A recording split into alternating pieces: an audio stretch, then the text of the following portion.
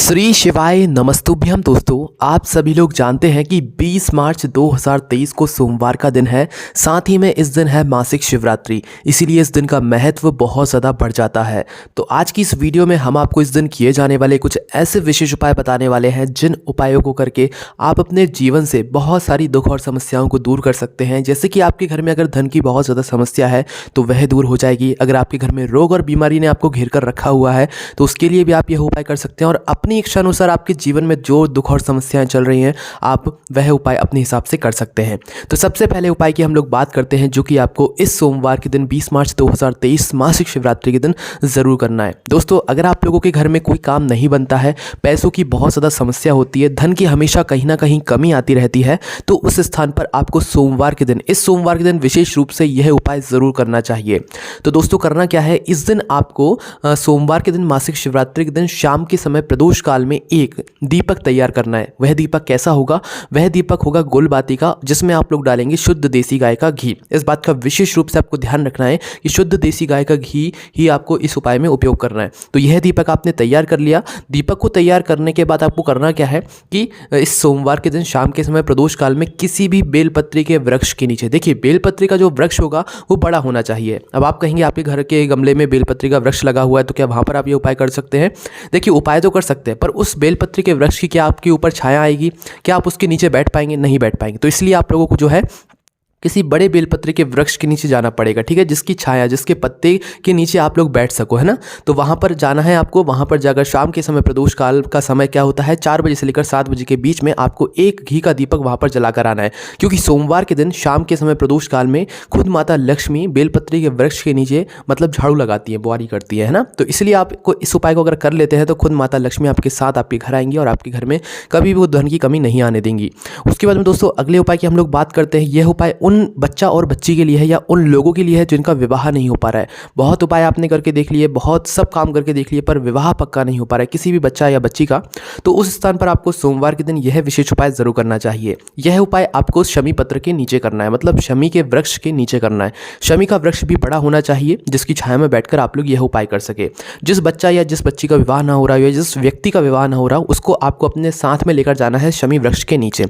वहां पर जाना है, उस बच्चे या बच्ची को या उस व्यक्ति को वहां पर बैठा देना है ना। अब बिठालने के बाद आपको करना क्या है, जहाँ पर आप शमी वृक्ष के नीचे बैठे हुए हैं वहीं की हल्की सी थोड़ी सी मिट्टी उठाकर आपको उस बच्चा या बच्ची को टीका लगा लेना है। या तो उस बच्चे को खुद अपने हाथों से उठाकर जो है उस वहीं की मिट्टी का थोड़ा सा टीका लगा लेना है अपने मस्तक पर, ठीक है।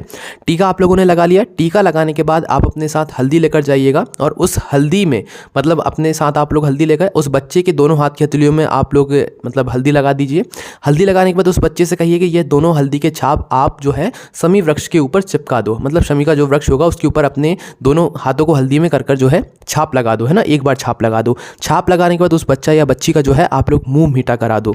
मुंह मीठा कराने के बाद भगवान से प्रार्थना कर लो कि आपका विवाह बहुत जल्दी हो जाए। तो दोस्तों, इस उपाय को करने के बाद विवाह 3 महीने में पक्का हो जाता है। पर उपाय जब आप लोग करेंगे तो अच्छे से करना है, ध्यान से करना है, सोच और समझ के करना है और मन में विश्वास रख के करना है, तभी ये उपाय काम करेगा। जरूर करके देखिए, निश्चित ही आपको फल की प्राप्ति बहुत जल्द 3 महीने के अंदर हो जाएगी। उसके बाद में दोस्तों, अगर आप लोग चाहते हैं कि इस दिन आपके ऊपर भगवान भोलेनाथ का आशीर्वाद हो, आपके जीवन से सारी दुख समस्याएं दूर हो, तो इस स्थान पर आपको करना क्या है कि सोमवार के दिन एक घी का दीपक आपको तैयार करना है। गोलबाती का होगा, शुद्ध देसी गाय का घी आप उसमें डालेंगे, ठीक है। तो यह घी का दीपक आपको तैयार करना है। तैयार करने के बाद इसी घी के अंदर आपको हल्की सी ऊपर से काली तिल डालनी है। 5-6 दाने या 10 दाने आप लोग ले लो अलग से काली तिल की, सिर्फ काली तिल होनी चाहिए, है ना। काली तिल के दाने को डाल लीजिए आप अपने इस दीपक, घी के दीपक के अंदर, और इस दीपक को लेकर आपको जाना है भगवान शिव जी के मंदिर में। सुबह या शाम जब आप जाना चाहें, जब आप जा सकते हैं, ठीक है। तो शिव जी के सामने या शिव जी की चौखट पर या मतलब शिव जी के बिल्कुल आसपास कहीं पर भी आप यह दीपक लेकर जाएं। और जब आप लोग यह दीपक जला रहे हो भगवान भोलेनाथ के सामने, तो उस समय आप लोग तुमरुका महादेव जी का नाम जरूर लीजिएगा, ठीक है। और भगवान से प्रार्थना कीजिएगा कि आपके साथ कभी भी कुछ बुरा ना हो, हमेशा अच्छा ही अच्छा होता रहे।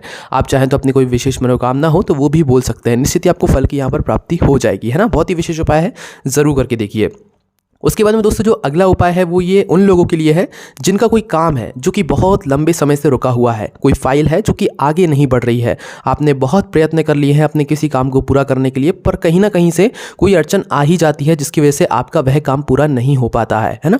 तो उस स्थान पर आप एक बहुत ही विशेष उपाय कर सकते हैं। इस उपाय को करने से आपका कोई भी रुका हुआ काम, भले ही वो सालों से ही क्यों ना रुका हो, वह काम आपको पूरा ज़रूर हो जाएगा। ठीक है, तो इस उपाय में आपको करना क्या है वो आप ध्यान से सुनिए दोस्तों। इस उपाय को आप करने के लिए आपको सोमवार के दिन प्रातःकाल सुबह सुबह शिव जी के मंदिर पहुंचना है, शिव जी के ऊपर एक लोटा जल चढ़ाना है। ठीक है, आपने शिव जी के ऊपर एक लोटा जल चढ़ा दिया। जल चढ़ाने के बाद इसी जल को जो है जलाधारी से थोड़ा सा अपने वापस लोटे में रखना है या एक कटोरी में अलग से रख लेना है। ठीक है, भले ही 1 से 2 बूंद रखो, पर आपको कभी भी अपने लोटे को घर वापस नहीं लाना चाहिए, मतलब खाली वापस नहीं लाना चाहिए, है ना। जब आप शिव जी पर जल चढ़ा दें तो उस लोटे को आपको कभी भी खाली वापस नहीं लाना चाहिए, भले ही 1 बूंद या 2 बूंद जल लाओ, वापस जलाधारी से पर लाओ ज़रूर, है ना। तो इस उपाय में आपको करना क्या है कि शिव जी पर जल चढ़ाकर वही जल को जलाधारी से 1-2 बूंद या थोड़ा ज़्यादा आप लोग झेल लीजिए, अपने लोटे में या अपनी एक कटोरी में इकट्ठा कर लीजिए।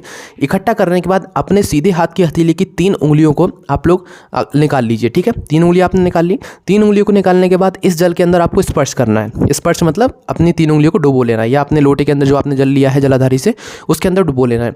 अब डुबोने के बाद, स्पर्श करने के बाद इन 3 उंगलियों को भगवान भोलेनाथ के मंदिर में जहाँ पर त्रिशूल रखा होगा, ठीक है, इस उपाय को करने के लिए भगवान भोलेनाथ के मंदिर में त्रिशूल होना ज़रूरी है ना। कहीं पर भी छोटा सा त्रिशूल रखा हो भगवान भोलेनाथ के मंदिर में तो वहाँ पर आप ये उपाय कर सकते हैं। तो इन 3 उंगलियों को स्पर्श करके उस जल के अंदर आपको इन 3 उंगलियों को भगवान भोलेनाथ के मंदिर में जो त्रिशूल रखा हुआ है उस त्रिशूल से छुआ देना है, मतलब स्पर्श करा देना है। त्रिशूल से आपने स्पर्श करा दिया, स्पर्श कराने के बाद छुआ दिया, छुआने के बाद वापस से इन 3 उंगलियों को आपको क्या करना है, अपने उस लोटे के अंदर या उस जल पात्र के अंदर स्पर्श कराना है। ठीक है, जो जल आपने जलाधारी से लिया हुआ है, ठीक है, करा दिया आपने। कराने के बाद अब इस जल को आप अपने घर ले आइए।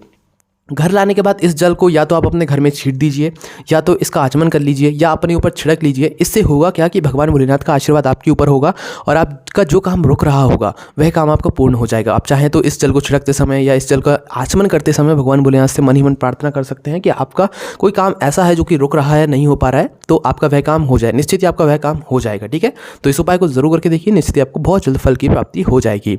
उसके बाद में दोस्तों सोमवार के दिन, इस सोमवार के दिन आप एक ऐसा विशेष उपाय कर सकते हैं जिस उपाय को करने से अगर आपके घर में या किसी व्यक्ति के ऊपर बहुत ज़्यादा कर्जा हो चुका है और वह इस कर्जे से बहुत ज़्यादा परेशान है, कहीं से पैसों की जुगाड़ नहीं हो पा रही है, कहीं से धन की आवक नहीं हो रही है, तो उस स्थान पर आपको सोमवार के दिन कर्जा मुक्ति के लिए ये छोटा सा उपाय ज़रूर कर सकते हैं।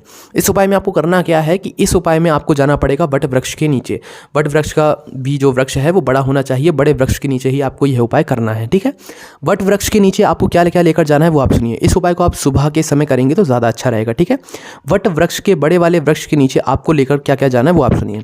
एक लौंग लेकर जाना है, एक लौंग ले लो या तो लौंग का जल ले लो, मतलब एक लौंग ले लो या तो एक लोटे जल के अंदर लौंग डाल लो, है ना, और एक गोल बाती का घी का दीपक, है ना, जिसमें आपने शुद्ध देसी गाय का घी डाला हुआ हो, है ना।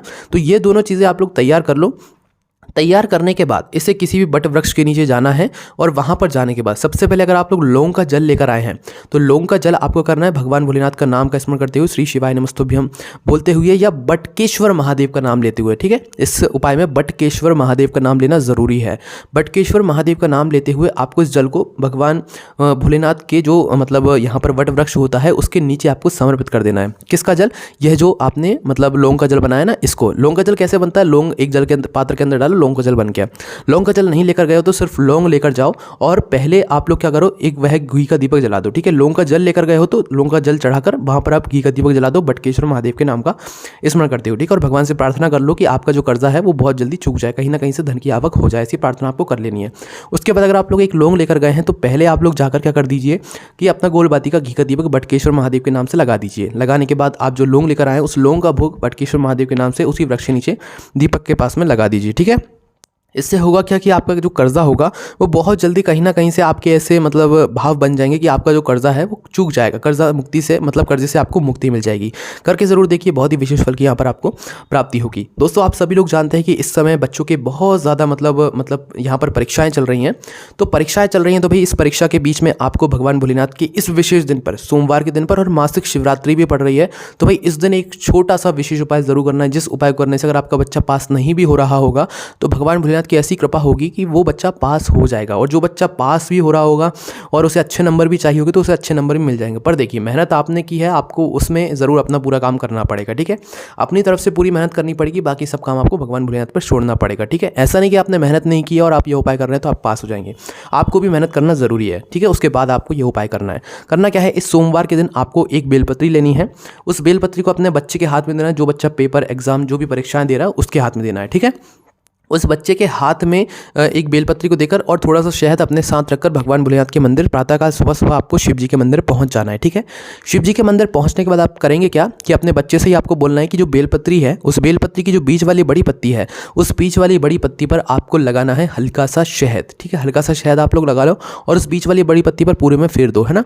पूरे में फेरने के बाद इस बेलपत्री को आप अपने बच्चे की हथेली से क्या करना है, भगवान शिव जी की शिवलिंग के ऊपर चिपकवा देना है। का कैसे दोगे आप लोग, क्योंकि आपने शहद लगा लिया है बीच वाली बड़ी पत्ती पर, तो आप शिव जी के सामने सामने जो है उस बेलपत्री को चिपका दो। और चिपकाने के बाद आप देखोगे कि भगवान के ऊपर यह बेलपत्री चिपक जाएगी। और भगवान से आपको हाथ जोड़कर प्रार्थना करना है कि आपका जो पेपर, परीक्षा, एग्जाम गया है वह बहुत अच्छा गया, मतलब वह बहुत अच्छा जाए और आप उसमें बहुत उत्तीर्ण नंबरों से, अच्छे नंबरों से पास हो जाएं, ठीक है। ऐसे आपको प्रार्थना करनी है। अगर आपको डर भी लग रहा है कि आप पास हो पाएंगे नहीं हो पाएंगे, तो उस स्थान पर आप ये उपाय जरूर कीजिए, भगवान से प्रार्थना जरूर कीजिए, निश्चित ही आप बहुत अच्छे नंबरों से पास हो जाएंगे, ठीक है। करके जरूर देखिए। और उसके बाद में दोस्तों जो अगला उपाय है वो बहुत ही विशेष है और यह उपाय है हरिचंदन का। इस हरिचंदन के उपाय को जो व्यक्ति इस सोमवार के दिन, मासिक शिवरात्रि के दिन करेगा, उसको भगवान भोलेनाथ खुद गले लगाकर जाएंगे। मतलब उसके मरने से पहले खुद उसको एक बार गले ज़रूर लगाएंगे। अब वो किस रूप में आएंगे ये तो कोई भी नहीं जानता, ठीक है। तो हरिचंदन बनाना कैसे है, सबसे पहले वो आप लोग सुन लीजिए।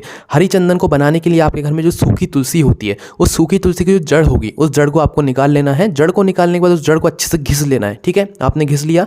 अब घिसने के बाद आप चाहें तो इसमें रोली कुमकुम डाल सकते हैं, ठीक है। डालने के बाद यह अपना बन गया हरिचंदन। अब इस हरिचंदन का जो है तिलक आपको अपने मस्तक पर लगाना है कल के दिन विशेष रूप से, और भगवान भोलेनाथ के मंदिर जाना है, ठीक है।